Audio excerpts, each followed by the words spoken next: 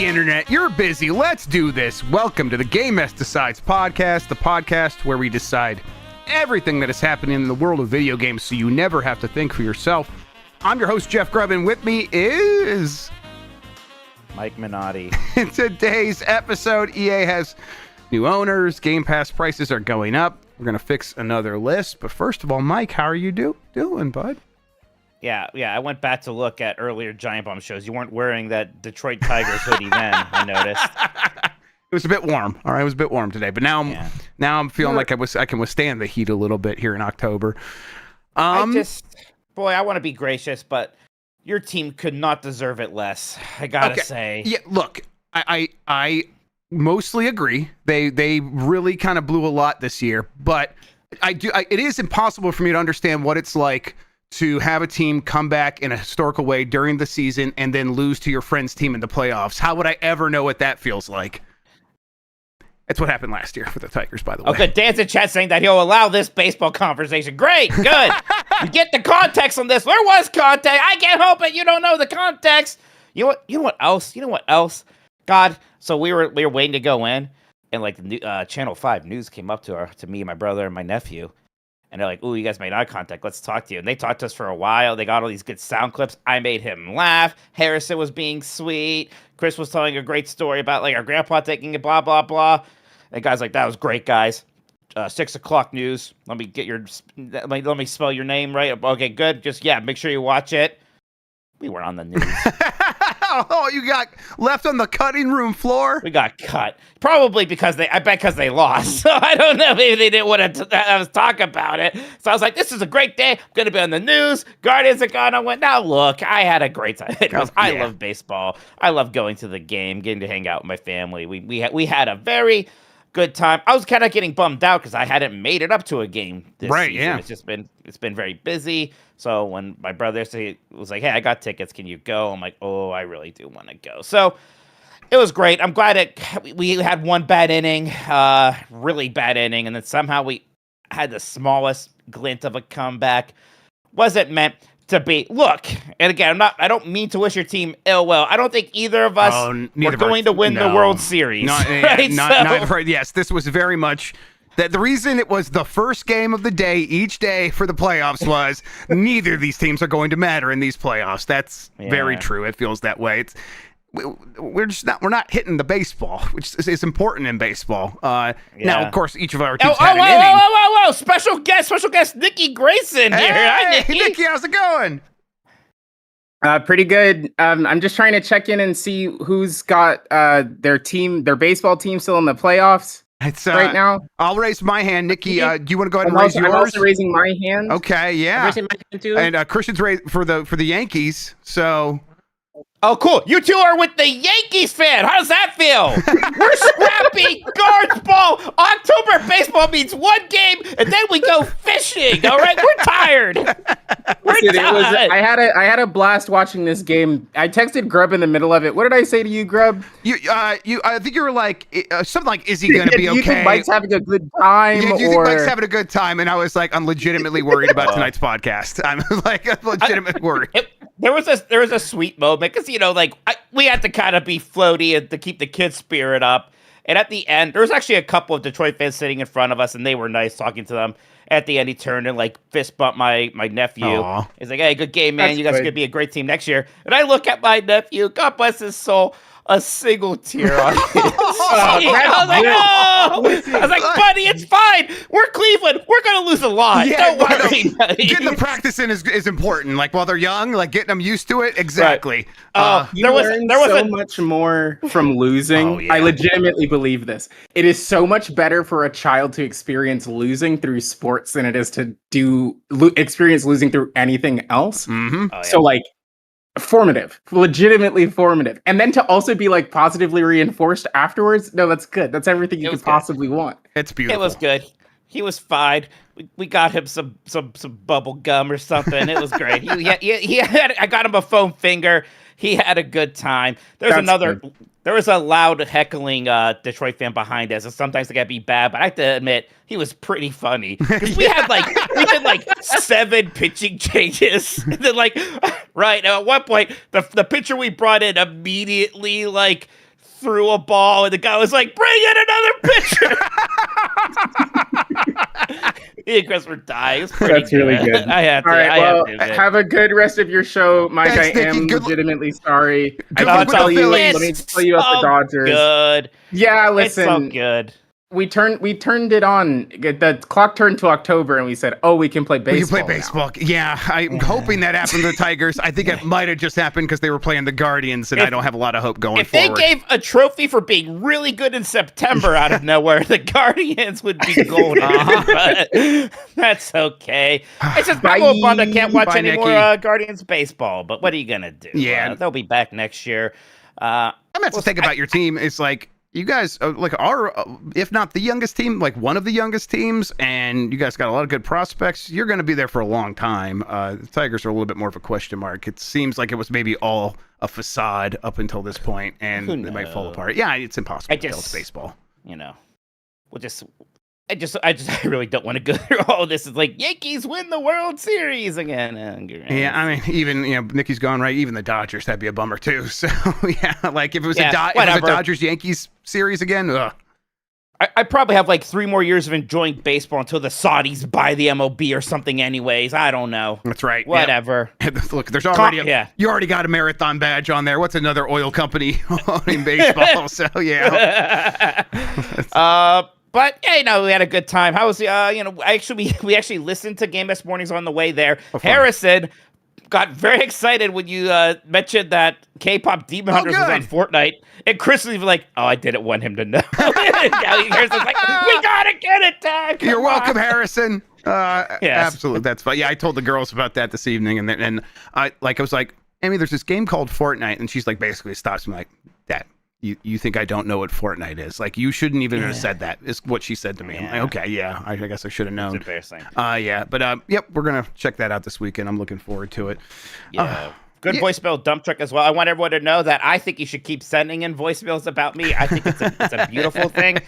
Also, you guys brought up icing. I just want to say I was a champion, not at icing people, but at getting ice, because I drank so much pop in my life that was nothing. Having to chug a cold carbonated beverage on my knees, bring it on. That didn't faze me. Other people like throwing up That would or give me begging terrible heartburn. like clemency. Yeah. No, I could do that in a heartbeat. That's no problem. Well, you have magic powers, and that's certainly one of them. Thanks, everybody, for joining us. Give us a good rating wherever you are listening, and hit that like button on YouTube, please. It helps people find the show. If you want to ask a question, you could drop a chat or drop a super chat during the show here on YouTube. We'll get to all of those before the end of the program. Thank you to Carlos Ayin, who is Insane in the Rain Music on YouTube, for the use of our theme songs. We are on Spotify, Apple Podcasts, and wherever pods are caught. Thank you to the mods. Thanks to Christian for producing. And you can get more from Mike and me and support us by going to patreon.com/GameMess. That gets you access to our Discord server, participation in Q&A sessions, and our game club discussions, early access to new episodes of shows like Columbros, and of course, all our shows ad-free. That's patreon.com/GameMess. Friendly reminder, you can also subscribe to any of our Twitch channels. You'll become a member as well that way. All right, big topics. I kind of just want to talk like the general big topic, which is, man, what is going on in video games? It's all kind of weird and bad and weird. Xbox raising the price of Game Pass, specifically the big number that it has a lot of people dropping their jaws and canceling Game Pass is Game Pass Ultimate, the only tier where you still get day one games from Microsoft, the thing that they made Game Pass's name on here for a very long time. That is now $30 a month, or in other math, $360 a year, which is more than what an Xbox Series S costs, what it was priced at when it first launched. I think it's more than that now by quite a bit. And then the other thing, EA is going private, $55 billion acquisition by Saudi Arabia and a handful of other things, but mostly Saudi Arabia. It's a lot of this is happening because things are kind of looking grim for these companies. I think early word is Borderlands 4 is not doing what they were hoping it would do. Things like that. That's right, 'cause we were shocked that Borderlands 3 was the big success, even though it seemed like no one cared, and even Tiny Tina's did, so you couldn't be like, well, maybe Tiny Tina's will pay for Borderlands 3 not being beloved. It's like, oh no, maybe people just show up for Borderlands anyways. And if they're not showing up for Borderlands even, that's a little disconcerting. It's concerning. I use that word wrong. It's just concerning. Yeah, concerning, disconcerting. Yeah, something disconcerted. I'm thrown off too. I think that Ghost of Yotei is going to be a game that a lot of people like, but it's like, man, are people going to show up for that game the way they did for Ghost of Tsushima? I certainly hope so, but you just get the sense that like a lot of these games are going to keep missing, and they don't really know what else to do here, what else they have to, other than raise the prices so the people who are still buying games, can make more money from them, or take the Saudi Arabia blood money and sort of call it a day. I don't know, Mike. We can get into the pretty gloomy conversations pretty often about the state of gaming, and overall, I think that is silly because we are enjoying playing so many video games. Right. I think we just got to remind people we can separate us playing video games and being very happy with most of them that we are selecting because there are so many good ones to choose from, and the overall health of what the gaming business has become, which is these huge conglomerates trying to take massive bets and hit huge home runs, and that business just doesn't seem like it's really working anymore. I don't know. How are you feeling about it? Specifically that like old EA and Ubisoft kind of world, right? Where these kind of AAAs, and maybe, sometimes they're not the top AAA, but there's room for a few of those. And now, is there room for much of any of them? Even a Take-Two, which so much of their power is just Grand Theft Auto or just Rockstar, right? It's like, well, at least they also have Borderlands. Well, gosh, does Borderlands even matter to them anymore? So yeah, you kind of, I think you mentioned this on Blue Sky, that so much of the strategy of these companies is just targeting the kind of wealthiest 10% of their user base. So you just do increase prices as long as it's acceptable to that group that already shows up for your stuff anyways. And that's a bummer because there's going to be no growth in the industry if we do that. It's going to cut off a lot of people. It's going to become a more niche, weird, insular hobby that way. So I don't think that's necessarily a good future. Or, it just drives more and more people to things like, the indies or these smaller companies. Things like the biggest games talked about are a Hades and a Hollow Knight might become more of a common situation as opposed to just PlayStation Studios' next big thing, or of course the next Borderlands, or EA's next big Star Wars game, things like that, or so it's weird because it seemed like for a while there things were oddly steady. It's like, the big players are Microsoft, Sony, and Nintendo, and the Ubisoft, EA, Activision, Take-Two. These are the big third-party developers. And now that's finally shifting in a weird way. Activision got absorbed by Microsoft, and Microsoft is just kind of being weirder, raising prices all over the place as they continue to become more and more unpopular and successful. EA future is completely unknown. Ubisoft is somehow it almost feels like they're in a better shape just because we're not talking about them as much. Right. But who knows what's going to go on with Ubisoft still. That's very much still a huge question mark. Yeah. Right. So, yeah, a lot of it is just, you're right, there are these two sides. Like, you read all these headlines and you look at what's happening to these big companies, you feel very bad about the game industry. Then I look at all the games I played this year that I really liked. I'm like, there's a lot of good video games. None of them are being made by EA, but there's a lot of good video games. Yeah, it's like, when I do talk to sources or talk to some people that are a little bit more in the know, it's like we sort of commiserate for a little bit, and it's like, man, maybe gaming never should have gotten this big. All of its problems seem to stem from it got really big, and now they're like, boy, we want it to get bigger, and it feels like it's hitting its head on a ceiling. Pandemic problems. Yeah, clearly that's obviously still a huge problem there. That sort of signified an amount of growth that was unsustainable, at least in the near term.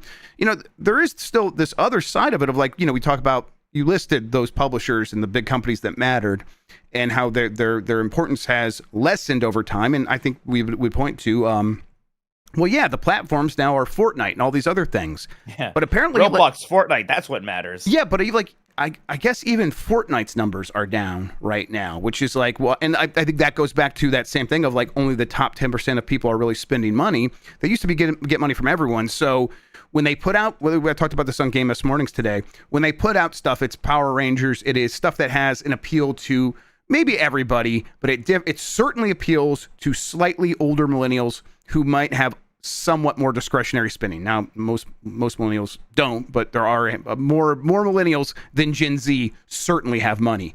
And it seems like that's the strategy. We're going to put out Daft Punk DLC for Fortnite, some skins for Daft Punk, try to get this older audience to spend money because they're the only ones that actually are. Now, I think K-pop Demon Hunters certainly will solve helps. That. Will certainly There's only help. so many K-pop Demon Hunters, though, right?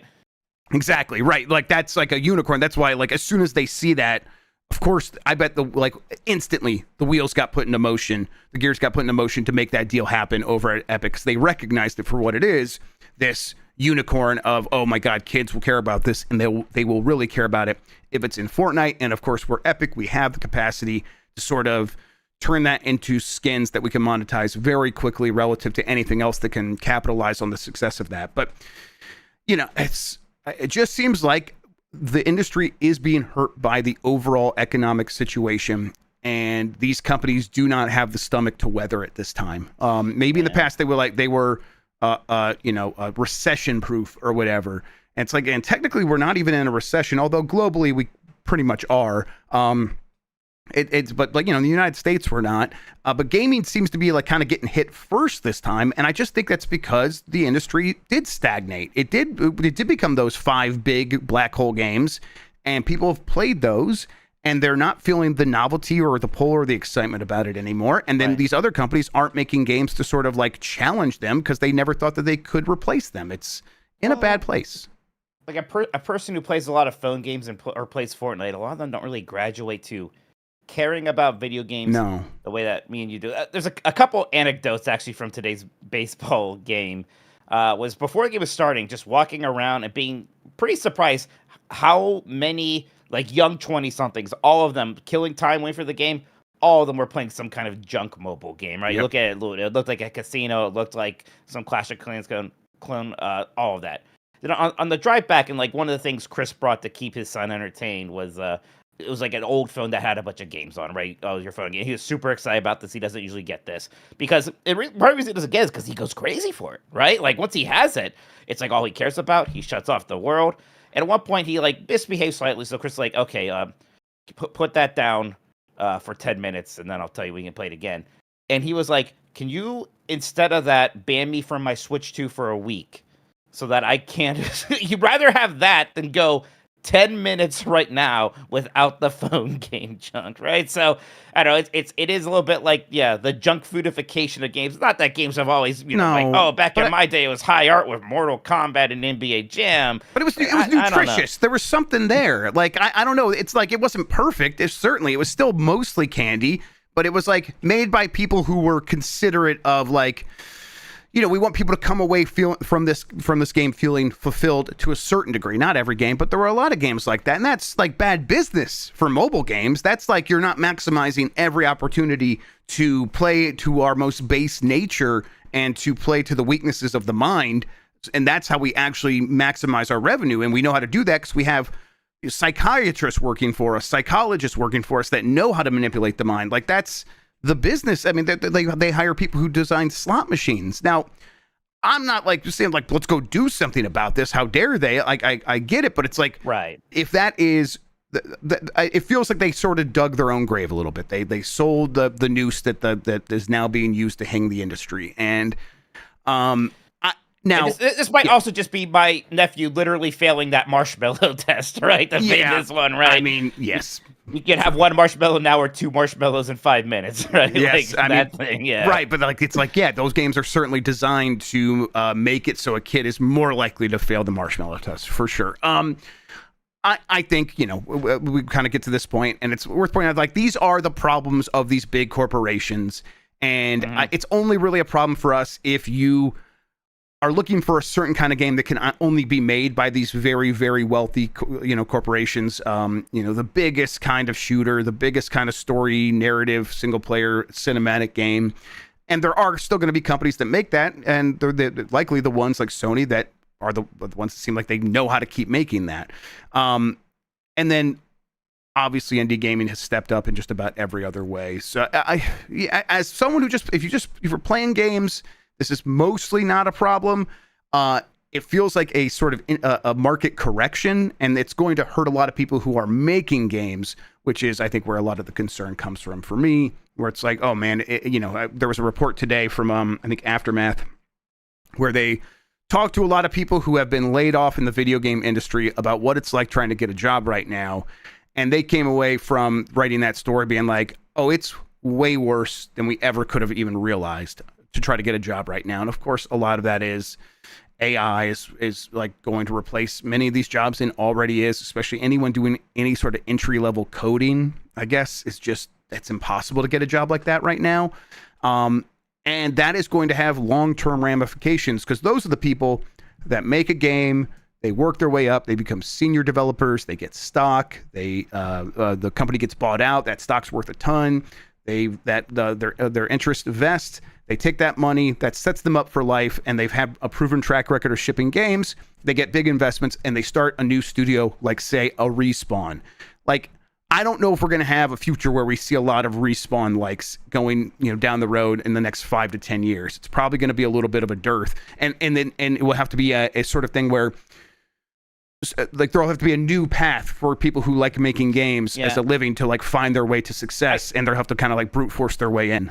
I hope we get a lot more like Sandfall legs, right? Yes. That's kind of, the feel good story this year is that you had people from a big Ubisoft, company like Ubisoft, and they split off, and they're smaller, but they're still able to make games that look like, that is like big, expensive kind of game that I like, right? And you have that.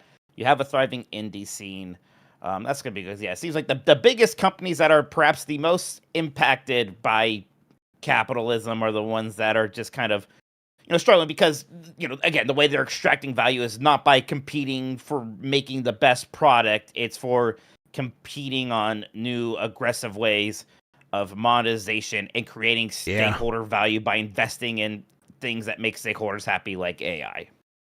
I've said it a bunch of times now in the last week and a half. It just feels like we're at the end of something. And I don't think that means it's the end of gaming. It's just the end of a certain era for this industry, and one that was certainly set up. The ending was set up by the pandemic, and now here we are, where all those dominoes have fallen, and we'll get on the other side of it. What it looks like, it'll be very different, though. And sometimes we're criticized a little bit for our Nintendo love, but they just, they seem a little insulated from a lot of that stuff. They're not completely. No. Hey, they have Saudi investments, 10% right? or something near 10%. Yeah, absolutely. Yeah, so they're not, but they make very good games still for being such a big company, right? Which is kind of impressive. The difference is, like, the Saudi investment, and it's like, well, so does that mean like Saudi Arabia is going to go in there and tell Nintendo what to do? And it's like, no, there's no chance of that. Like, that's not how it works when you invest in Nintendo. Nintendo tells investors what to do. And that's because they have a strong vision. And yeah, you're right. And they are somewhat insulated. And that's because they sort of play the long game. They're slow and steady, the tortoise versus all these other hares. Yeah. And it's really, again, not perfect, but it's proving that there is something to be said for a company that's just going to focus on making good video games for the most part and deliver that consistently for years and years and years. Were you proud of me? I blamed capitalism. Appreciate that. Very proud of you. Just for you, buddy. Good looking out. Real quick on that EA deal. They probably aren't going to be around in 5 years. That $20 billion leveraged buyout, or it's a $55 billion leveraged buyout, but the leverage is $20 billion loan saddled on EA, rated B. That means it's a junk loan, which means it's going to have very high interest rates attached to it. This is what happened to Toys R Us. They are probably going to pay that money off, and then over time, it's like if one of these games misses, or the most likely scenario here is that because of these interest payments, they're not going to be able to make a big new bet to make the next Apex Legends. They're going to just have to keep working with what they already have, which means we'll keep extending the life of Apex Legends or whatever, and they will make enough money here or there, and then eventually something will go bad, and they won't be able to recover from it, and it'll be kind of a quick and swift death at that point. It's going to be rough. It's not going to matter to them, right? No. They're going to still have their trillions of other dollars. So I mean, the people who like put this deal together will be paying themselves bonuses and all these things. Yes, they will this come just out means that clear. They're going to fire the people at Respawn and BioWare. Oh, yep. It's not going to be great. Yep. And it's, the sort of evidence is already there. It's like, people are playing EA Sports games still racking in a ton of money. Yeah, but like the last financial report, EA was like, EAFC's not raking in as much money as we thought it would. And like that is a very bad sign. Right. If that happens a couple quarters in a row, you are looking in a really tough position for EA overall. That's what are they going to do? They can't like find soccer 2, right? They can still only release one of those a year. Yep. Their answer will be like, let's try mobile again, because they've not really been able to get any of those things to really take off on mobile. I think their FIFA game did well for a while on mobile, but Madden certainly is not like capitalized on mobile the way that they want it to. That is something they said they'll try to do, but it's like if they could have done it, they probably would have done it by now. All right, that's the big thing I wanted to talk with you about, Mike. Let's take a break. We'll come back. We'll read the super chats. We'll get into a few other things. We do have a list we're going to fix right after this. Okay, we are back into it. Mike, let's do those super chats. All right, from Nathan Maloney, is there a world where, as Mark Dara has suggested, studios like BioWare, Respawn, and Motive could be sold off with their IP?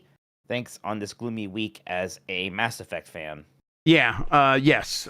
So I think that in the next couple of years, that is a likely scenario where those studios get sold off with their IP. And but who buys you? There was a time where Microsoft's buying them. Yep. Who's buying them now? This is the question. Yes, correct. Which is why it's like this won't happen right away. They will wait for it to be a seller's market again, or at least a little bit more of a seller's market, because it's certainly not one right now because people are not buying. But there will come a time where they focus on just EA Sports at this new, this under Silver Lake and Affinity Partners in Saudi Arabia. And they'll just do the sports games, and then BioWare, Respawn, Motive, for as long as any of those studios stick around in any real way, at least the IP will be sold off in a couple of years. Yeah, I think that's very likely. Who's gonna get Ultima? Does anybody remember that EA still has Ultima? No. Just me. Is that what was this? That Sir, what's his name? That's Richard. Richard Garriott. Richard Garriott. Lord British. Lord British, that's what it is. Yes. He went to space. He did go to space. Maybe he could just come back from space and buy Ultima back. I don't know. I don't think how much might is Lord British? I don't know. He's spending it all on going to space. I don't know. I mean, all the money he ever probably got was largely from selling his company to EA, and then probably Ultima Online got him some money. I don't know. He probably got quite a bit of stock. I bet he's got investments still going, but probably not enough to buy back Ultima. Probably not, and I don't know what he would do now.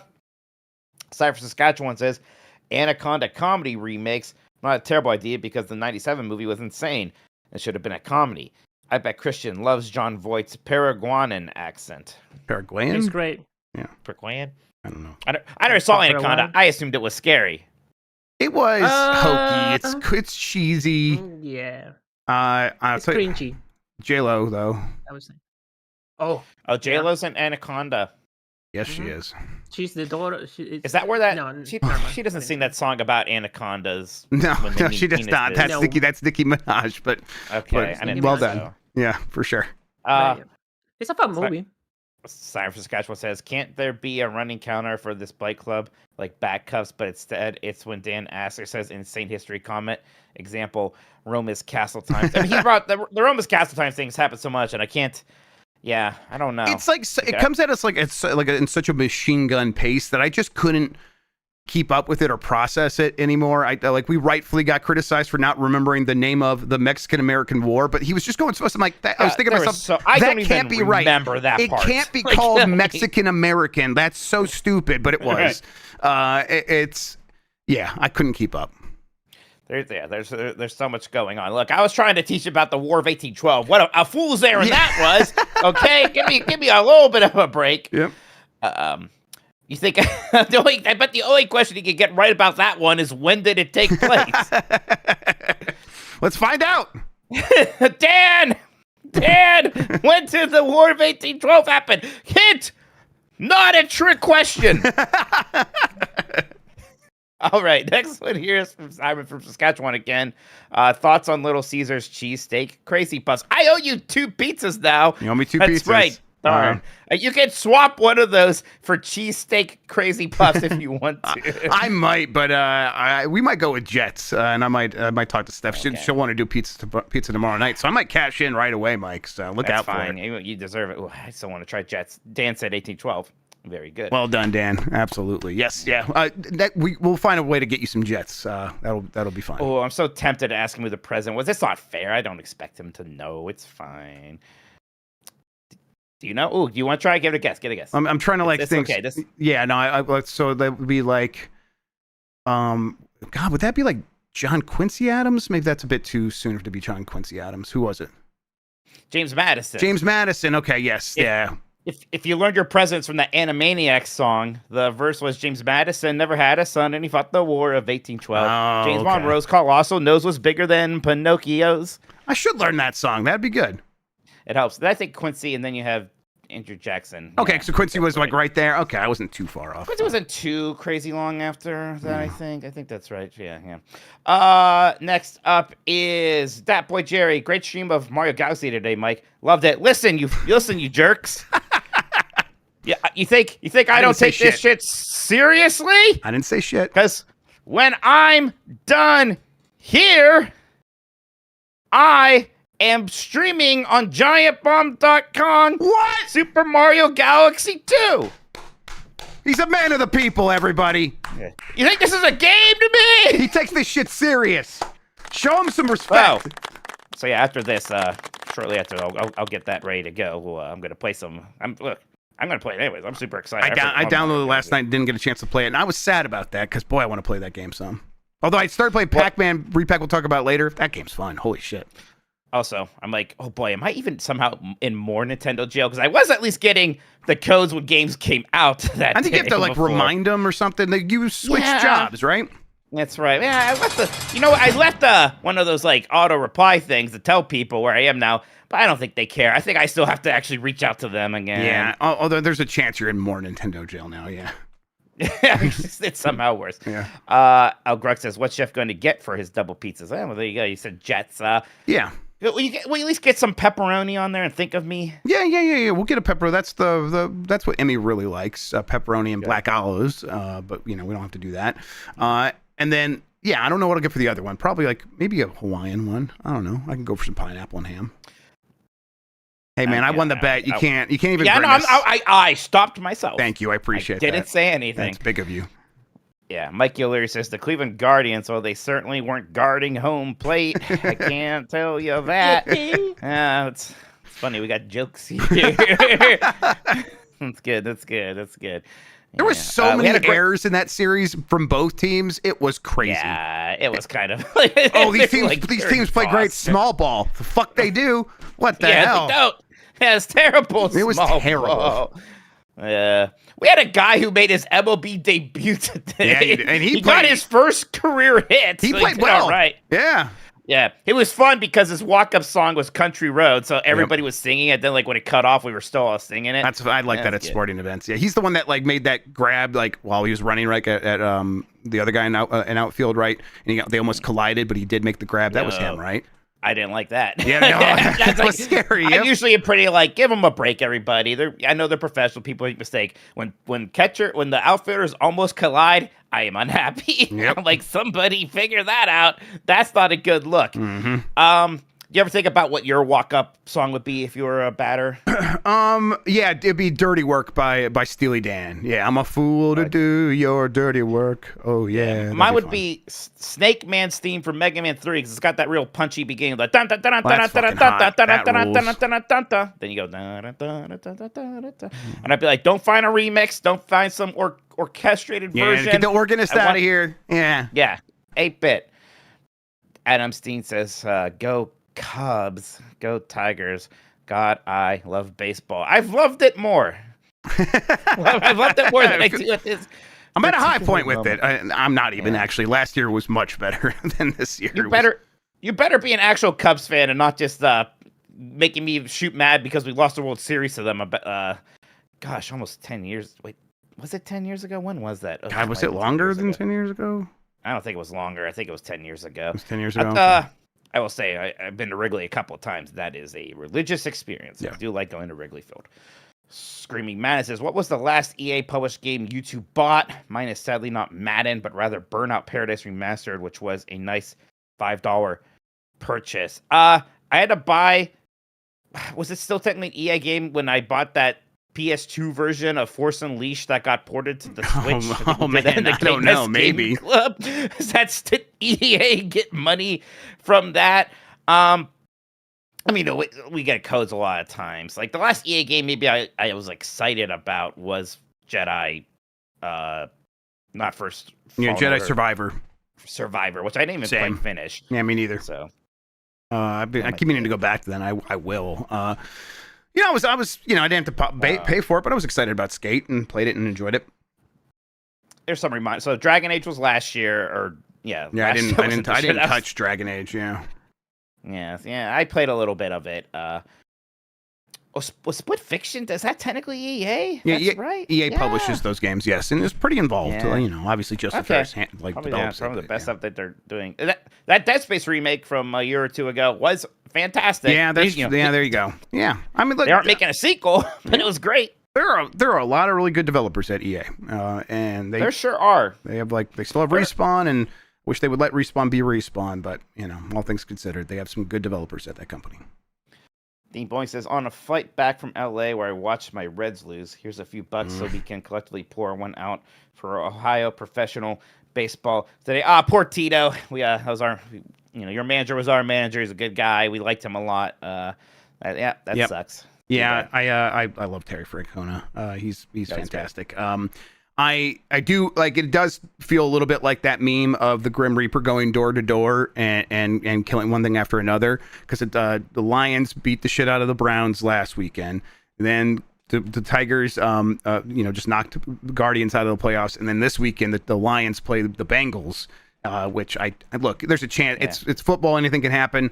I doubt the Lions are going to lose that game. It's probably going to be another bloodbath. So yeah, Detroit kind of running one over on Ohio. Let's find out when the Pistons play the Cavaliers. Let's see how that went. Triple or nothing. It'd be double or nothing again. So it'd be 4 pizzas to 0. All right. Are you sure you want to do this? No. I don't think I earned it. I don't think I deserve it. I deserve a shot at nothing. I love hearing the old stories of them doing double or nothing in Flipnic. They had the triple paddle pong game inside of Flipnic for the PS2, and they would play this at EGM, and they would wager on the matches. They'd be like $5 and then go double for nothing, and I guess Shu kept winning against Shane or something like that, and then Shane ended up owing him like $14,000 because the number just kept doubling and doubling and doubling. At a certain point, it's actually a bad thing, because now you're definitely not getting paid. Yeah, exactly. That's exactly what happened. He's like, look, just give me $200 or something like that. Yeah, that's fun stuff. Right. Next up is from AK, who says, sorry to hear about your Guardians, Mikey, but I'm going to be singing Go Cubs Go so fucking loud tonight. Who did the Cubs? I have no idea what's been really going on in the National League. I mean, I know the Dodgers are playing Phillies. The Padres. That's fine. Beat the old McDonald's team. There'll always be the McDonald's team to me, the Padres. No, I think they did beat the Padres, so the Padres are out now. So yeah. That's what I'm saying. Go beat them. Yeah. Oh, okay. Yes, they're always the old McDonald's team to me. Get them out of here. Yep. Man. Not that I don't know. I don't have some big grudge against McDonald's. I like McDonald's barbecue sauce. That's a good barbecue. Yeah. No, you're right. I agree. Next up is Zayark. Says this just in. Mike Minotti, a big fan of icing. Look, icing means something very different when you were in your early 20s in the 2010s. All right. Yep. Yeah. It's And icing was not too much of a thing in my friend group. It happened a couple times, but it's not. I don't know. We just kind of missed it most of it. It was with us, especially there's a bit where we were going to some parties and events with people, a few years younger than us even, and they really liked icing. I think, I'm sure everyone did this too, but our thing was definitely the tapping the beer on, hitting the base of the beer on top of the other person's beer, and it's like it explodes. You have to like drink it and chug it. That we just did that. Although, we were in the midst of like my drinking days, cans started becoming much more common than bottles. Though, sure. So Okay. Yeah. A lot more cans, especially like right now. It's not too many bottles anymore. Yeah, I think cans are just accepted like by brewers to be better tech, right? They just like cans are better. Yeah, I think so. They're easier to recycle probably too, and probably cheaper. Yep. Next up is from Darachi. Let's go Blue Jays, best team in the country. I do have some affinity for the Blue Jays. I think I said before, we used to go to Toronto. We go to the Sky Dome, and Sky Dome's awesome. We watched Cleveland play Toronto there. So yeah, I like the Blue Jays. I would not be upset at all if they went all the way. Yeah, I mean, I think the year they won the World Series was really fun. That's one that stands out to me a lot, and yeah, I agree. I would root for them if it came down to it. Kevbot.org. You guys have an idea of what your top 5 looks like for Game of the Year? Also, let's go Jays. I'll be blacked out at the Rogers Center Saturday for Game 1. Oh, that'll be fun. Yeah, that's what the Rogers Center is, what the Sky Dome was. So yeah, I've walked those grounds myself before. It's been a while, but it's a nice place. We did this, right? Like just on a recent episode. Was it last week or the week before? Where we talked a little bit. I mean, look, if I want a hot shot right now, I imagine my top 5 is going to comprise, in some order, Clair Obscur, Donkey Kong, Silk Song, Blueprint, like Hades too. I'm trying to make like there might be some other things even that I am forgetting. Shinobi. Shinobi won't be in my top 5. I liked it a lot. It won't be in my top 5. Yeah, I'm just throwing. You haven't played Silent Hill F yet. You haven't played Ghost of Yote, Ninja Gaiden 4, Metroid Prime, Mina the Hollower, Outer Worlds 2. These are games that we wrote down as like potential games to enter the list. Yeah. I think those 5 might be do pretty good on that. Yeah, mine will be like a Blueprint, Donkey Kong, Clair Obscur is probably going to be that high once I finish it. How about Baby Steps? You really like Baby? I wouldn't be shocked if that was a top 5 for you. Baby Steps is certainly going to be top 5. Yes. I was trying to think. I had like one other. It's slipped my mind right. Oh, Hate. Probably. I don't think I said Silk Song. Yes, Silk Song. Yes. Silk Song, Hades. Yeah. Boy, a lot of good video games this year for sure. Yeah. And I'm gonna play Mario Galaxy 2 now. Yeah. Lassie says, Jeff and Mike, what are thoughts on Elio? Actually, I haven't seen it. That's the Pixar movie that came out this summer that nobody saw. Oh, it bombed. I thought it looked cute in trailers, but people just did not seem too excited about it once it was out. I was about to say I'll Disney Plus it. My Disney Plus is still canceled, so actually I won't do that. So yeah, I'll be fine not seeing it. At some point I'll get to it. Yeah, I put it on for the girls a few weeks back. We pirated it. Suck my dick, Disney. And we Netflix, maybe. Yeah, exactly. And we enjoyed it. I thought it was pretty good. I think it's a really solid movie. I think it's one that in a few years you're going to see get reassessed pretty positively. I think people will be like a lot kinder to it in a few years. Yeah. The art style kind of reminded me of Luca, and I really liked Luca. Maybe just because of its Italian. Oh no, Luca's fantastic. Luca's so good. That was one of Addie's favorites, so we watched it like 20 times. Gosh. I love that movie. I just like the scene of the dad making pesto. I think about that all the time. I was like, I want to be that guy. I made my cacio e pepe the other day, and that looked good. I was grinding my pepper, my mortar and pesto. I'm like that guy from Luca right now. That's good. Mad Maddie 5291 says, hey Mike and my favorite Jeff G, that doesn't end in Gersman. I just wanted to say I am 7 months sober today and your content helped me more than I can express. Can I get allowed trans rights? Here you go. Trans rights. Congratulations. Trans rights. Keep it up. Trans right, baby. Let's go. Yeah, we'll always have your back. Thanks for hanging out with us. It means a lot that you're in the community. Yep. Scott sent 5 gifted subs, by the way. Thank you, Scott. On YouTube, so thank you so much, Scott. Really appreciate that. Rick Udick says, do you have any experience with your kids in the next playground? I've been eyeing one to get for my 5-year-old. If not, have you had any success getting your kids to stop saying bruh? Okay, so I don't care about my kids saying bruh. All that stuff. God, we said so much dumb shit as kids that I give them 100% free reign on all the bullshit that they say. Emmy started saying sus a bunch. I kind of think it's cute. Do any of your kids say slay? One of my nieces says slay constantly. I think it's kind of cute. No, but Steph's always has a drag race on, and we all kind of watch as a family, and they say slay on there all the time. So I'm surprised the kids haven't started saying that. But I guess it would just, once a YouTuber says it to them, they'll start. I have a next playground. Steph does some online deals a lot of times, and she got a pair of them for free. So a next playground is, let's see, what is the best way to describe this thing? It is a self-contained Kinect or PlayStation Eye that is like a little box that you set in front, like underneath your TV, and it has like a little stand so you can kind of point it up, and it has a lot of motion control camera games. Now you can, I think you can buy them a la carte, but they clearly just want you to subscribe to it. And it's like, hey, we'll just kind of put a bunch more games in this library. And it's a decent price. You kind of pay for like 6 months at a time or something like that. And I did it for my kids, and we actually gifted the one to my wife's nieces and nephews, or cousins second removed, doesn't matter. And it was nice. It's like actually a pretty fun time. It's a lot of basic games, but it's the kind of stuff that families can really easily pick up and play. I don't love that it's a subscription, because you play it when the family's together, and then it sits there unused, and you're still getting charged every month or every 6 months or whatever it is, and it's kind of like a hassle to go and remember to cancel it.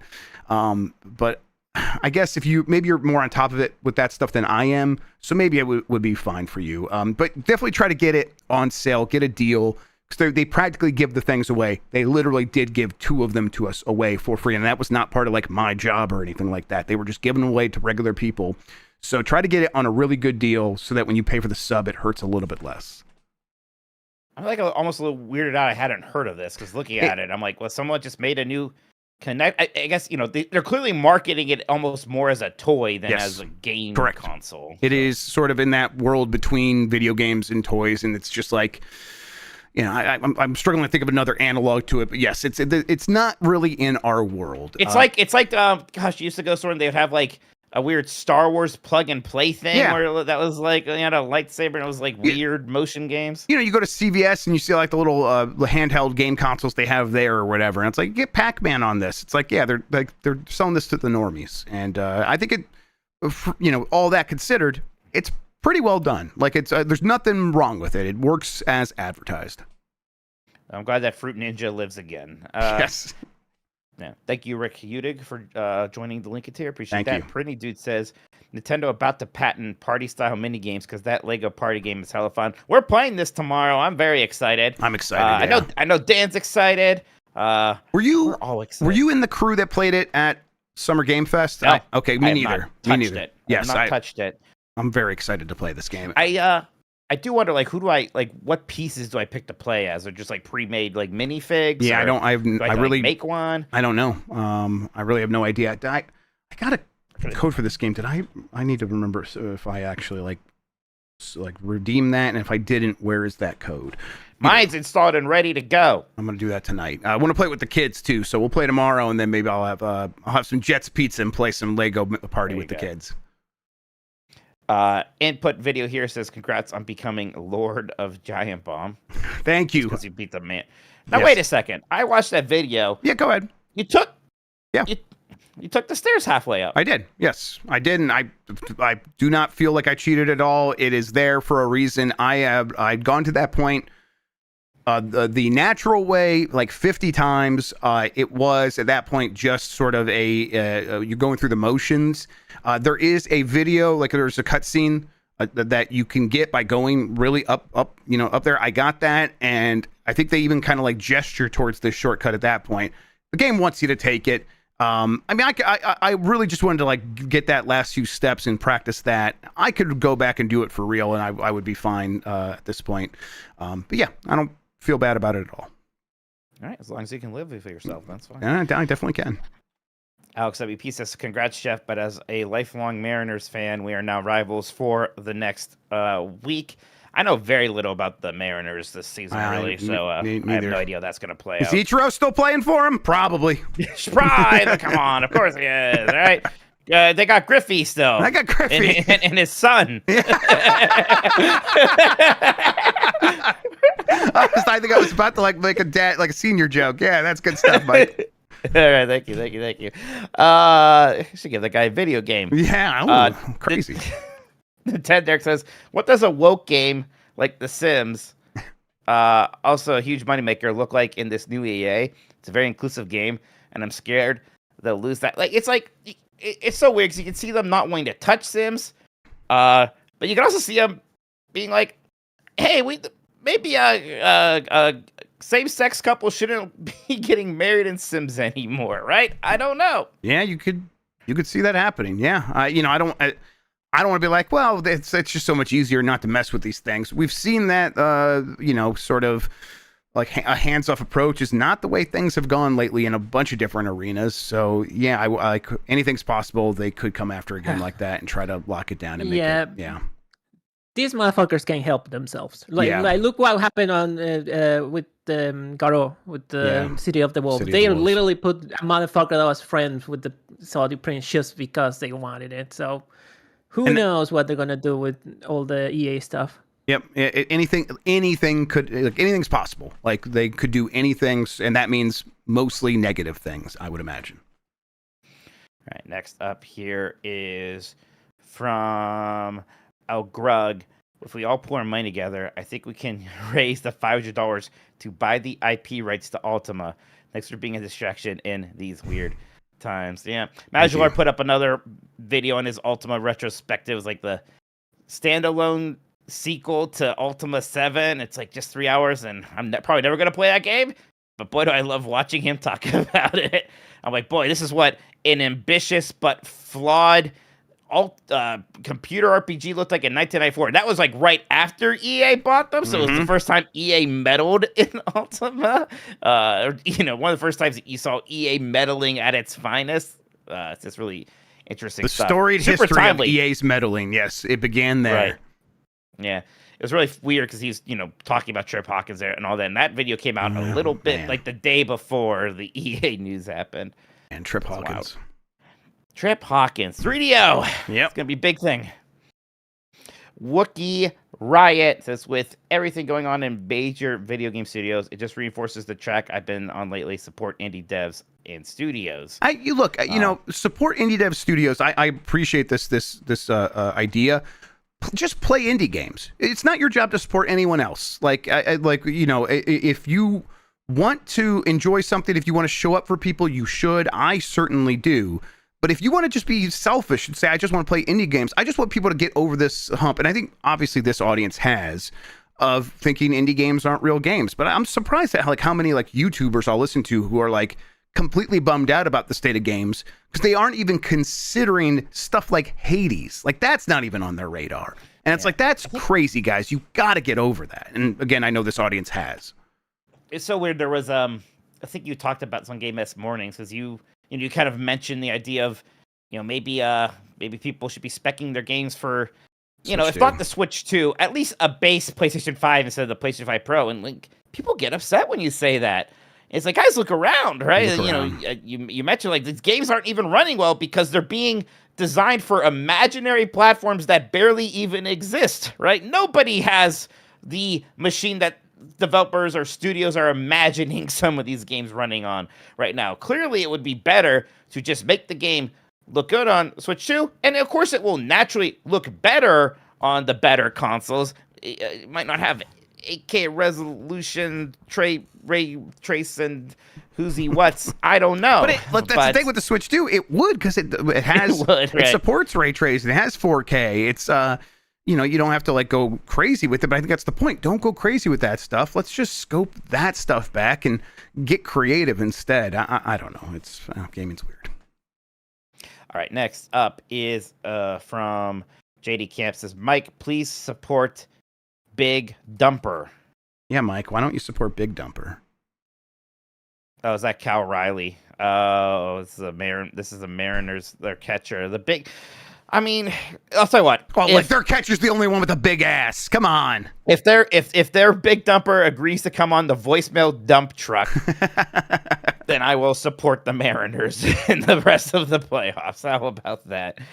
God, it's a good nickname. Next up is from Raymond Octal. Is the Outer Worlds 2 cursed? Was almost $8. Now Game Pass price increase hits when a few weeks before it launches. I have to say, if I keep forgetting that the Outer Worlds 2 was still coming out this year, I just can't imagine how this game's going to do, Jeff. I think it's all going to rely on the reviews. I think if the game is a very high 80s, and gets a lot of praise, it'll be just fine. Anything else, it's like it's going to be so easy for that to get lost in the shuffle. Well, even like Avowed was, low 80s, and that just was not enough to really get people to kind of care about that game in a more meaningful way. It's a game that a lot of people enjoyed, but those are the people who played it, and that it just doesn't feel like that was a ton. Right. It's like I could totally see it being a great video game. It just, gosh, it does not seem like anyone's talking about it. And part of it is because it's getting overshadowed by a lot of more negative Xbox news right now. Have fun being Xbox's next big release right now. Isn't that nice? Yeah, that sucks. Then Acratic says, I hate baseball, signed by an Angels fan. You just gotta see an Angel, right? Do they do a lot of Angels in the outfield references at that park still? Like, I hope that they show that little kid waving his arms constantly. Give me Christopher Lloyd being an Angel. I want all of that stuff. I know Disney owned the Ducks, and then they got out of the business pretty soon. But did they own the Angels? Is that what happened? They were involved. They had a stake in it. Anaheim Angels, because their field is pretty close to Disney. Yeah, totally. Yes. I mean, they made Angels in the Outfield for a reason. So I just wonder what the relationship was there. I don't know. I'm not sure. I don't think there's anything right now, but I can't remember what it ever was. Okay. So One Free Man says, have you guys ever tried the keyboard/mouse made by Glorious? Thoughts on higher end mice and keyboards, OLEDs? I've never done anything fancier than whatever the pretty, the kind of nice-ish Razer or Logitech model is. I have a Logitech Who's What's It right now that I like a good amount. What is it? It's the G815 clicky, and it's not that clicky. I don't want them to be too clicky. I've never done a boutique one or anything like that. Let me look here. I'm gonna take a look at this Glorious keyboards. Let's see here. I don't know. I can't look at them. They have Hall effect sensors. Okay, so no, I've not done much either. I reviewed these things for a while, so I got sent a ton of Logitech stuff, a lot of Razer stuff, and I got a bunch of unopened ones because they would send me duplicates sometimes. So I just got a bunch in my closet that I'll when one breaks, I just pull out a new one.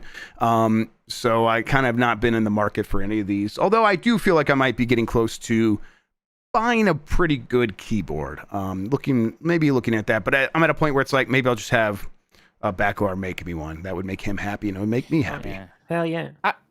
I am looking at these, and look, maybe this is a boomer thing. It must be. I am not buying a keyboard that doesn't have a numpad. Oh, no, I think that's fine. I get that. Yeah, but I mean, that you're the 10 keyless, the TKLs are very popular right now. That's the trend, Mike. I am using one that is 10 keyless. I do have the 8BitDo keypad that is separate Bluetooth, and I like that. But my next keyboard will have a numpad. Yeah, I just like using numbers that way. I see they have some Glorious does. There's one that looks like it's a beach, and that one has a numpad on it. So I kind of like this one that looks like a beach. That's fun. How does it look like a beach? What do you mean? I'll show you here. I'll put it in our Booty Boys chat. It looks like a beach. Here, I'll just copy the. And now you have to look at the webpage here. It's a beach themed keyboard. Let me see. I'll get it up I'll here. show you What the chat. fuck are you even talking about? Look at it. I put the link. It's a beach keyboard. Any other super chats? Did you look at it? I have to. It's going to take me a second to get it because I can't go on the Discord. I have to get another Discord window open up on Opera so I can see it. Click the link in chat. I want you to see this keyboard. Oh shit! That looks like a beach.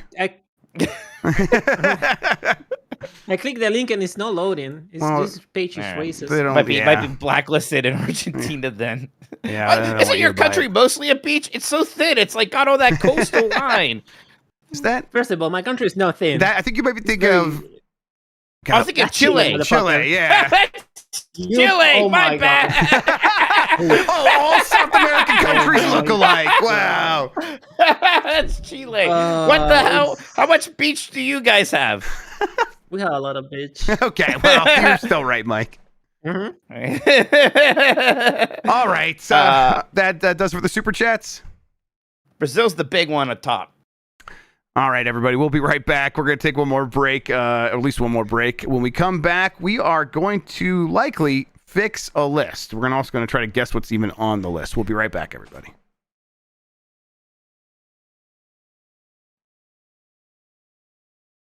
All right, we are back. We are going to do, we're going to fix a list. I'm Jeff Grubb. That's Mike Minotti. Christian's going to be helping us out here.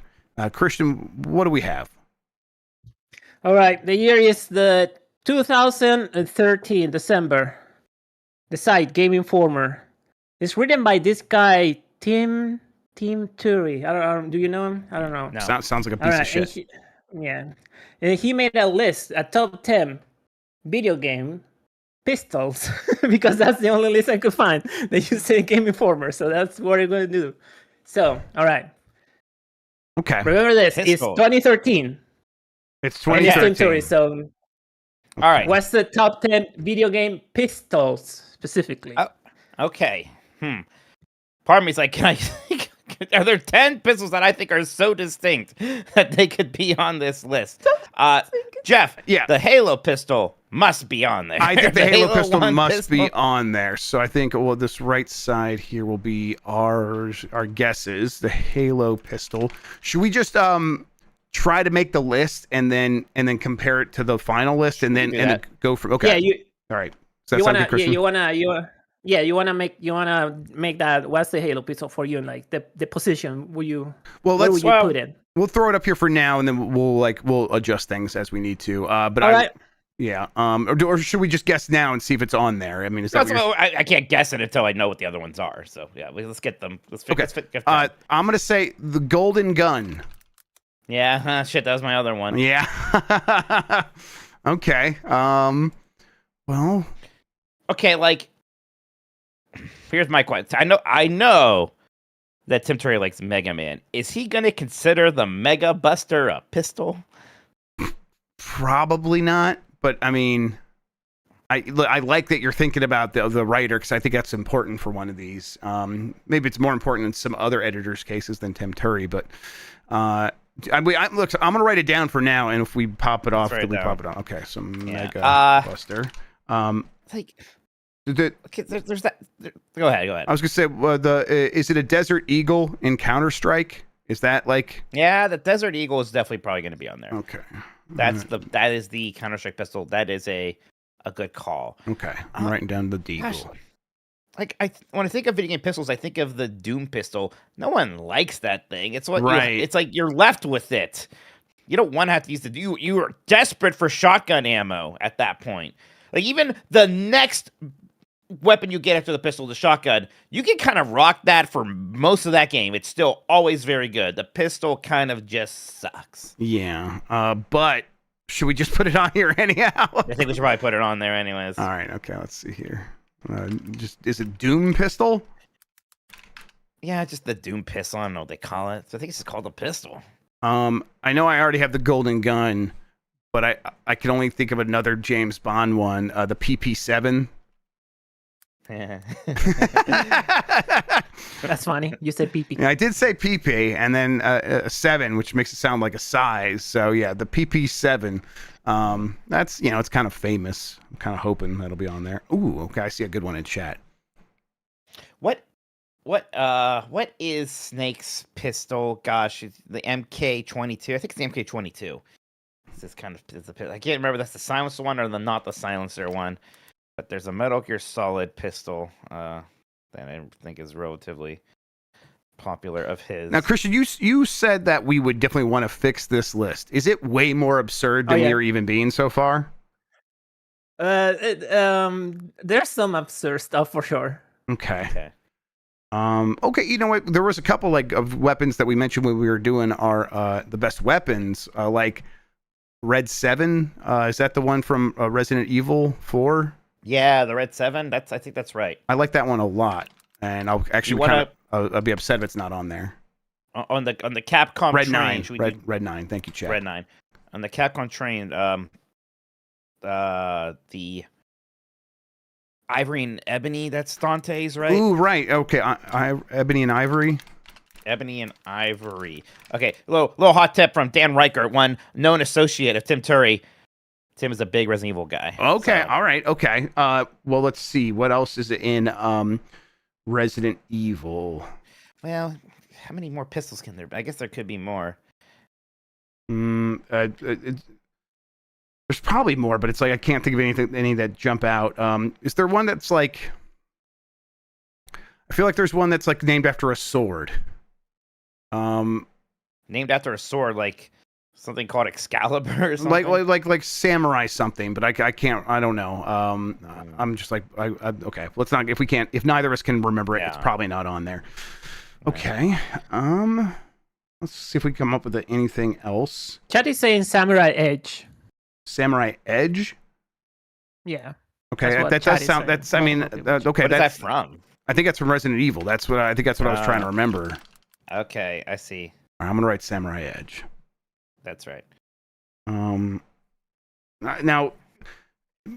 or Christian, if I just like started naming generic handguns, would that be like? Is that a bad idea? Because like I bet they're gonna be like the Mauser from Medal of Honor. Right, it's probably not correct. Or is it gonna be Glock? Like it's just gonna be like a Glock. No. This is our specific pistols from games. Okay, all right. What other games have guns? By the way, that's all it's that pistol is the Mark 23 SOCOM. That's what I want. Mark for Solid Snake. SOCOM this not. You know what? It got me. It got me. This is the one that I saw in chat earlier, and Ash Guy just put it in there. So it's 2013. Was the smart pistol in the original Titanfall? It was. Yes, it was a normal weapon in that one. It was overpowered, and I loved it. So yeah, smart pistol is probably... Here's another one that I like from chat quite a lot, is the NES Zapper. Oh, that feels like something a magazine editor would do for sure. Yeah. That sounds like something a real piece of shit and magazine and jerk off would do. Yes, that fucking wanker. Yeah, absolutely. Okay. This isn't bad. One thing, Jeff, remember, Titanfall was 2014. It was not a launch game. Shit. What? I thought it was like launch. Gosh, shit. I thought it was like December 2013 or something. It was early the next year. Well, I'm leaving it up there. I just like it on the list, and we're gonna keep it there for when we fix the list. So there you go. Yeah. Otherwise, there are too many post 2013 pistols I think I care about. Yeah.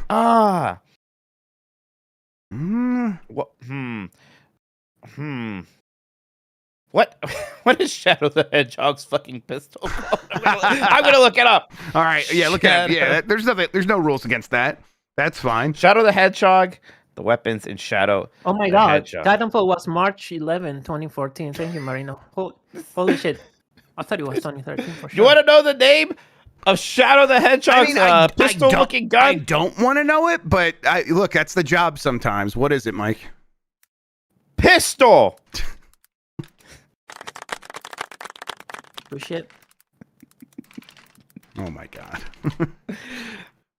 That's so stupid. You didn't fix the name of that Metal Gear Solid gun. I still feel like a fake fan. Wait, was that not the Mark 23 SOCOM replacing the MK22?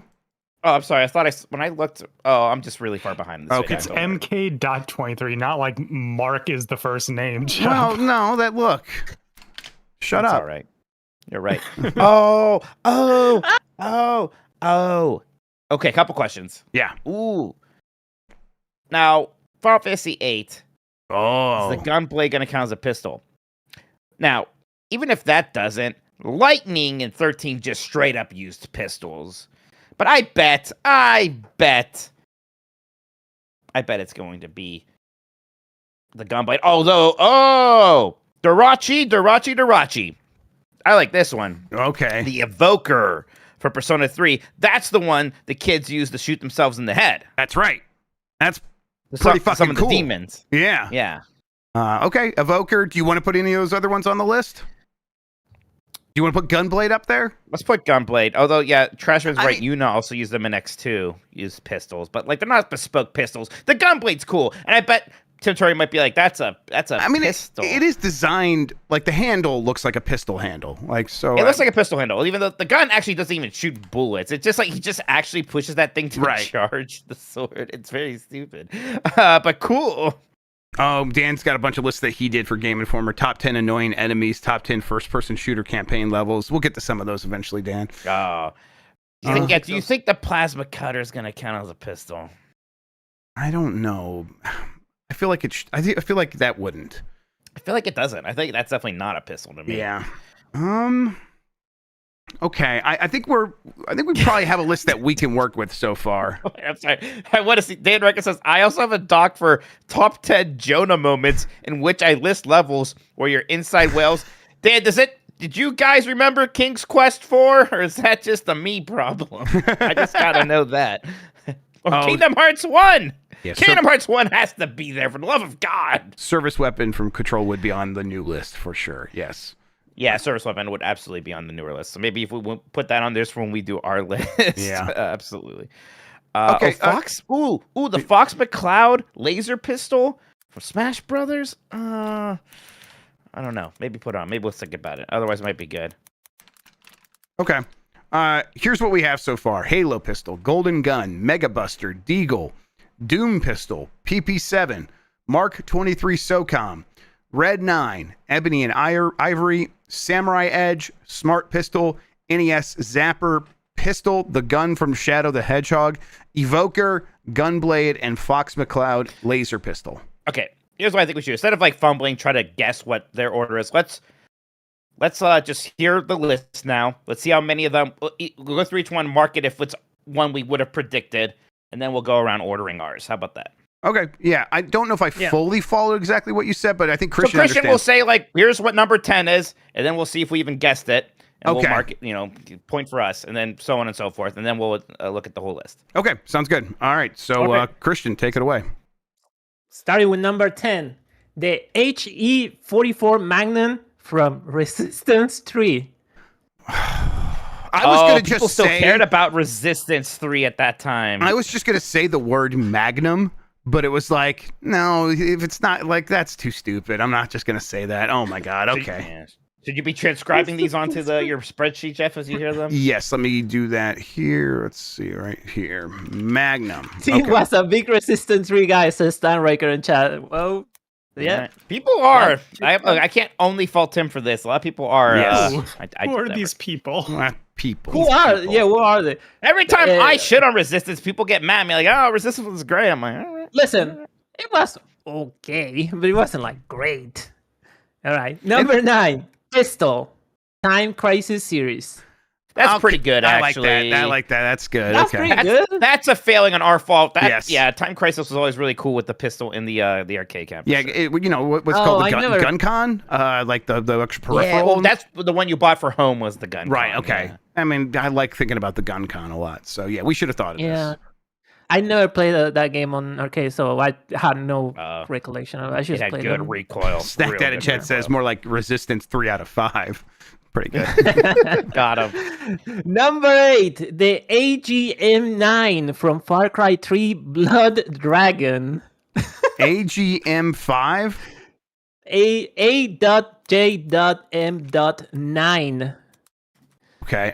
From Far Cry 3. You can just say the Blood Dragon pistol, Jeff. It's okay. The Blood Dragon pistol. I like Far Cry 3 Blood Dragon a lot. I don't remember anything specific about the pistol in it. Yeah, man. I see now why Christian was like, this was from 2013. This is a very 2013 list so far. I mean, I guess not Time Crisis, but still.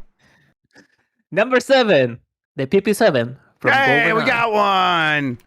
Let's go. Nice, man. There we go.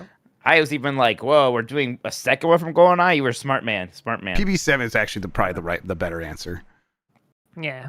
Number 6, the Gunblade from Final Fantasy VIII. Oh, look at us go! That's great. It shouldn't count, but we cut him off.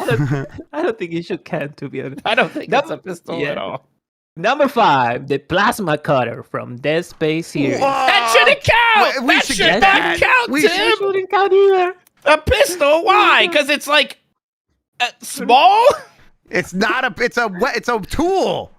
It's not even supposed to be a weapon. Yeah.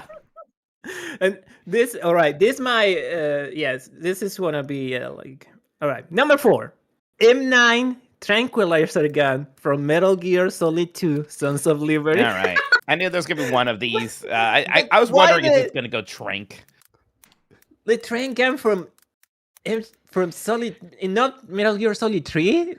What? Well, in 3 you have to like manually get silencer things for it, barrels. I don't know. Maybe Tim found that aspect annoying. I don't know. Dan Record says he thinks Tim gave Dead Space 3 a 9.75. Great. That's not funny. I'm a mark for those games, and even I'm like, that's too much. All right. Number 3, top 3, everybody. Ebony and Ivory. All right, there we go. Good job. That's another one. But so far, we've gotten 3 of these. Yep. There you go. All right. Number 2, M6G. PDWS, the Halo Combat Evolved Pistol. Okay, the Halo pistol. The Halo pistol. What the hell's number 1? Give it the whole name. I think the Desert Eagle is going to be number 1. I don't know. Tim Turry, our Counter-Strike guy. Yeah, I mean, like, there's a chance it's the Red 9. But if it's the Mega Buster, I'll tell you what, Mega Buster back on the table with freaking the plasma cutter in here. Yep. All right. You have to make it interesting, though. Do you want to like do a bet or something? Do you want to like? It could be the red. It could easily be the Red 9, right? It could be 2. All right. Yeah, I don't know. Nobody wants to do anything. The number 1 is, you are correct, Chef, is the Red 9. Yeah, there we go. All right. There it is. All right. I think that's a great gun. It really is. It really is. See, the beginning of the list kind of shaky with that Resistance 3 and like, the Far Cry, but then it very much of the time. Yeah. Yeah.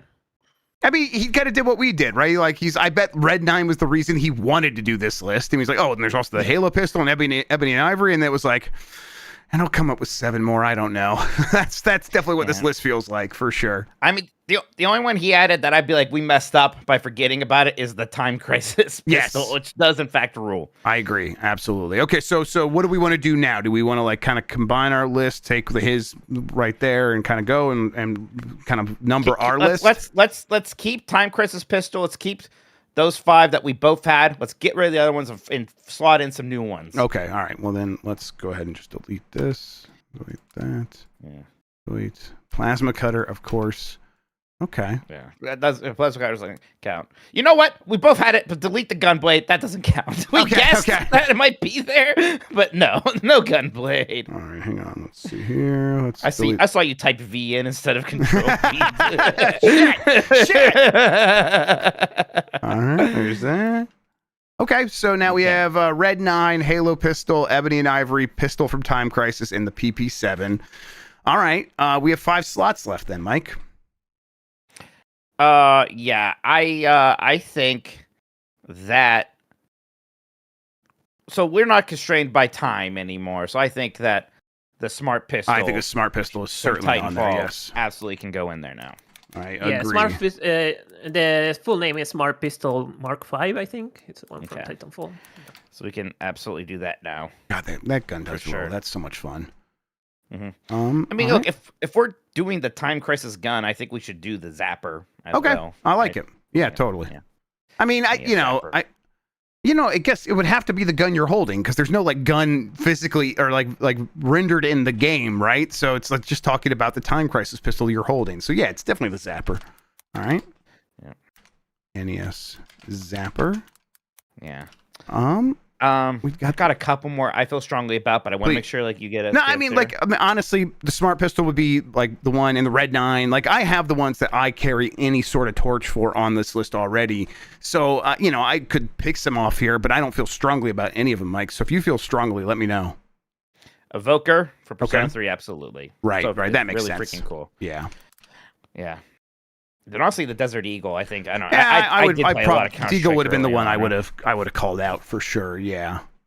1, 2, 3, 4, 5. Wait, I think we have one more. 1, 2, 3, 4, 5, 6, 7. Yeah, one more has to get in there.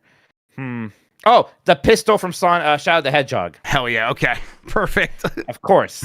Okay. Oh wait.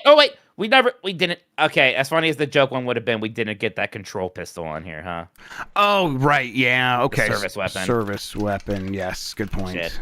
As funny as that would have been. Damn it. I mean, we could still drop something else. I don't know. PP7 is like, I guess, iconic, but I don't necessarily love it or anything like that. But all right. All right. So do we want to reorder this now?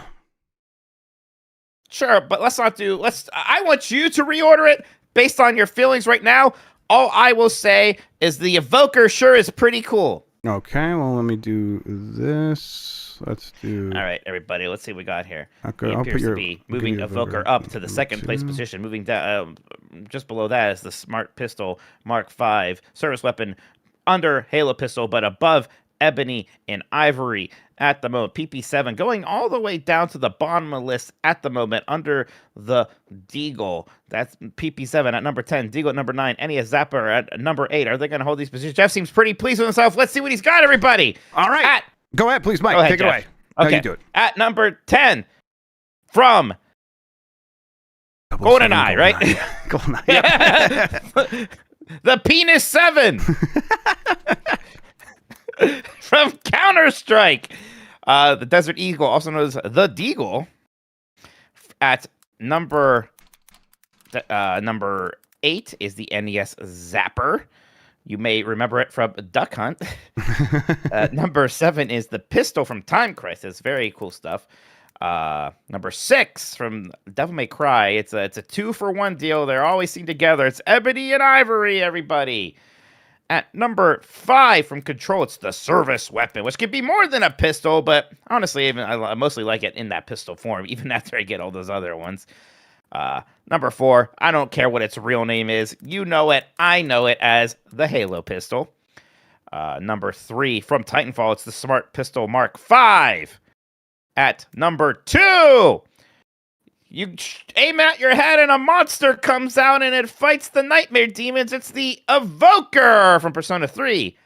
And still at number 1 from Resident Evil 4, it is the Red 9. I think that this is a much better list, perhaps.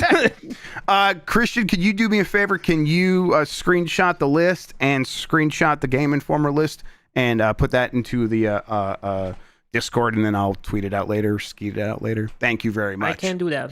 I appreciate it. All right. Good work here, Mike. I feel good about this.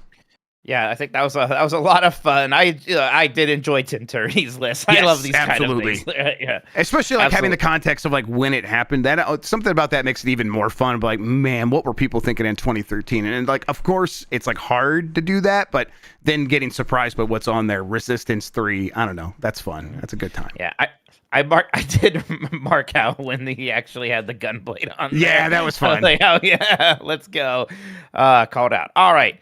Fantastic. Cool. Show's back to you, I suppose. All right. Yeah. Well, let's take one more break. We'll come back. We'll clean up some super chats after we talk about what we've been playing. We'll see you all right after this. All right, Mike, we're back. I want to know, what have you been playing? Yeah, a lot of Hades too, actually. I've taken out Kronos 3 times now. Haven't made it to the final boss of the top side yet. So I'm trying to figure out if I just want to do more Kronos runs, maybe put on some of those modifier things down there, if I want to start maybe brute forcing the top side a little more. I unlocked that last weapon, and if I had a slight criticism, it was these are all good weapons. None of them really speak to me in like a really exciting way, but I like that last one a lot. So that made me like the game even more, especially all the great characters. And it's like that thing in Hades 1. Where you just keep playing, like, man, there's still new dialogue options when I see all these people. That's great. And having that happening again here, it's still actually pretty impactful. Yeah, I'm ready to like get really back into Hades 2. I like played it a bunch when it like first went into 1.0 and then went back to baby steps. Now that I'm on the other side of the Manbreaker, it's like, okay, let's open it back up to all these other games. I'll be playing a lot of Hades 2, and fantastic thing about that is just that cloud support. So it's like if I have the Switch or I have the Steam Deck, whatever I'm playing, I could just pop it onto either one, ready to go. God, what a just real solid game. Is it where do you feel like you're landing in terms of a need to complete it, to get credits, to get 100%, to get a real ending? Like, what are you feeling? I want to get the real ending. Like in Hades 1, there was kind of two main jumping off points. I mean, one, maybe if you only cared about beating the final boss the one time. But that game and this game also make it pretty clear, like, you're supposed to do that a bunch of times. So, like, in Hades 1, there was the reconciliation, but then there was also this bit where you kind of, like, had to invite all the gods back home for a party. And that's kind of like the last big story event you could unlock anyways. I assume there's an equivalent of that here. Yeah. So I want to do that. That's kind of where I want to see things. You assume correctly. Okay. More stuff, yeah. Cool. Yeah, looking forward to playing a lot more of that. You into anything else? I mean, we know you're going to be playing some Super Mario Galaxy 2 tonight. Anything else on the Switch or anything? Gosh, that has really been the big thing lately, except, on Sunday I randomly played through King's Quest 1 because I almost needed a break from worrying about 2025. I was like, I'm just going to spend a day playing this game from 1984 instead. And I had a pleasant time doing that. I did check out over on the Mega Man block at Giant Bomb when this was recommended by some of our audience as well. This is kind of a Metroidvania, as they say, right? 2D kind of puzzle platformer thing that's really neat. Has all sorts of fun inspirations, like Bomberman is in there somehow. You can play through it in a couple of hours, and it's just a really good puzzle game that will make you feel smart. Isn't going to be too frustrating, I think. So I recommend that one. It's pretty cheap. It's like $10 normally. I think it's on sale, a couple bucks off even. So I think people should check out and that is available on Steam. I like I said, I kind of just booted up Pac-Man 2 or Pac-Man World 2 repack just to see how it feels, and it feels really good. So I'm going to be playing quite a bit more of that just to like. I don't know. I never really played those games. You said it was like a big rental game for you. I never really spent much time with it. It is like, I don't know. It has that thing where you jump up in the air and there's a circle that goes around Pac-Man. And when it closes around him, you press the jump button again and you sort of like do a Sonic-like slam. And then you bounce back in the air and you can keep doing that. That just, that's a really cool mechanic. I like that a lot.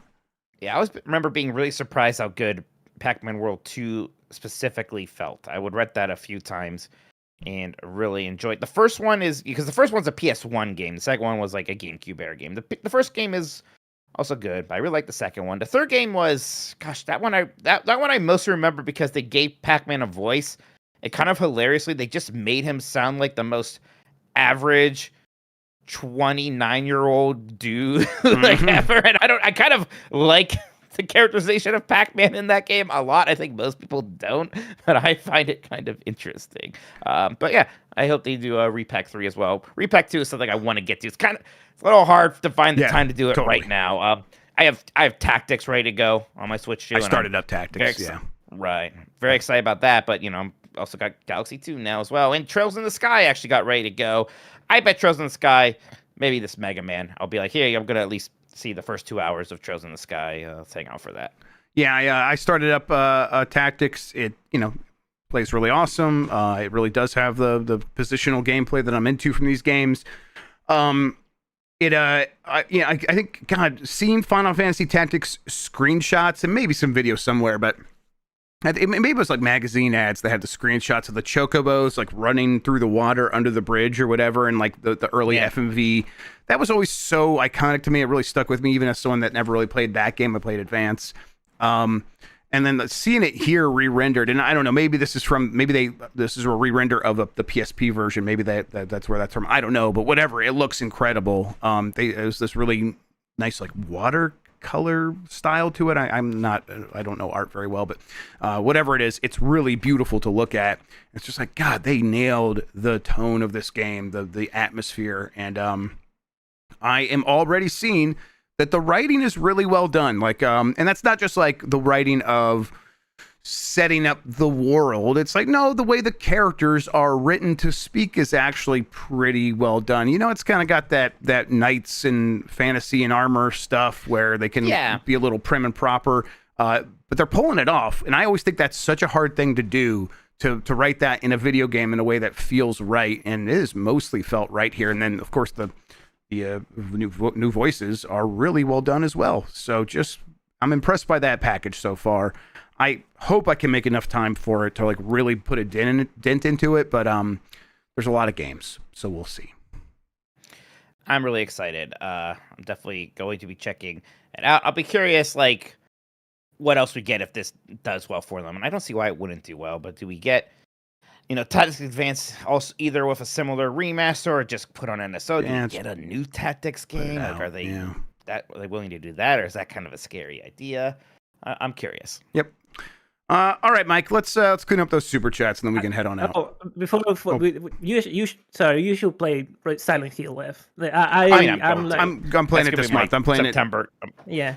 Yeah. I'm in the last couple of hours in it, and the writing on that game is the best writing I've seen in a video game in a while. It makes you feel really bad for everybody involved in that video game, so super recommended. I don't know. I heard the game is anti-marriage because the girl doesn't want to get put into a forced wedding to someone she's never met. That's weird. It is anti. Yeah.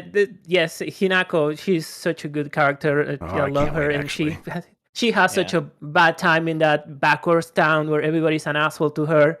So I really feel for her. So I have it installed right here. I'm looking at it right now on my PC. That's an October game for sure. And now we're here. I'll make time for it. Especially hearing it's like 8 to 10 hours long. Like hell yeah, I could do that. Yeah, it's pretty sure.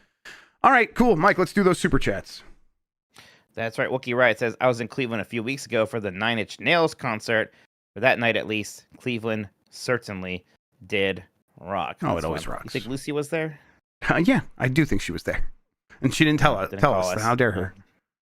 Gadget Mike says, did Silksong Courier Quest after 30 plus tries finally? That one took me a while. And I went right, which apparently is much harder than going left. Oh, is it? Okay. Although, I didn't think it would be good. I had the Oregon shortcut at least. I don't know if that helps. So it wasn't like super terrible going right, I guess, but left is probably still easier. I should have done that. Yeah, that is one, like I said, like I had been playing that game like an asshole for a very long time, just running everywhere. And so I die a lot just playing the game normal. So that one I was able to do like in 3 tries. Biowater, that wasn't pretty.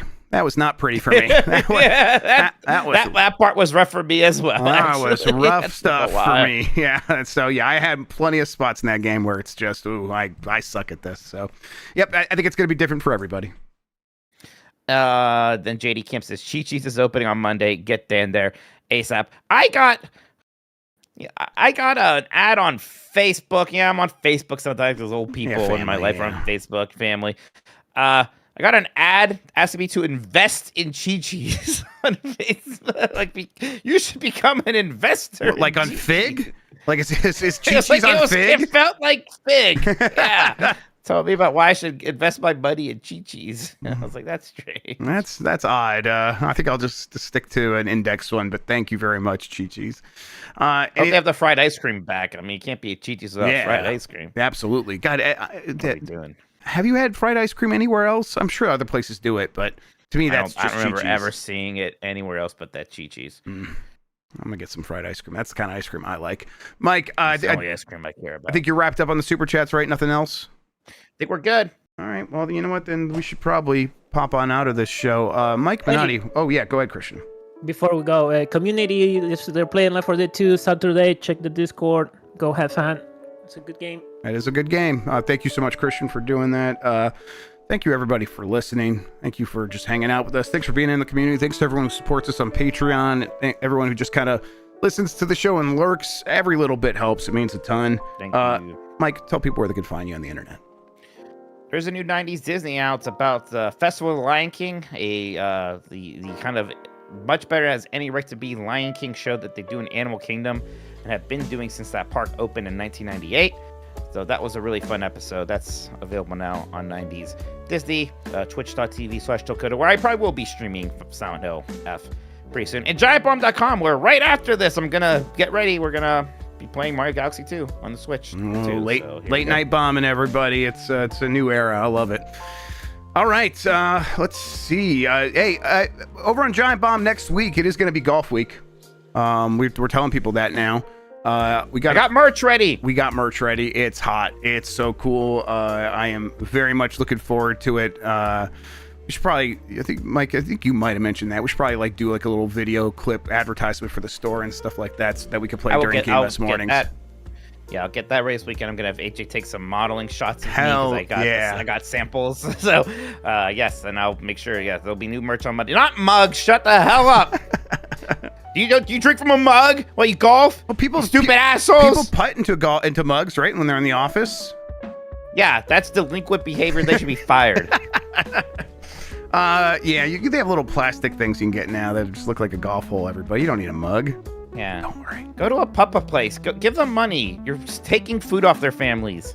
Playing putt-putt in the office. I'm looking forward to Golf Week. What was the other new clip? Just play it now that made me laugh so much. Yeah, there's a bunch. What is it? Don't worry about it. Okay, good. There wasn't enough room on soundboard. Ah! Oh, no. Thanks, everybody. Catch you next time. Bye. Oh, darn.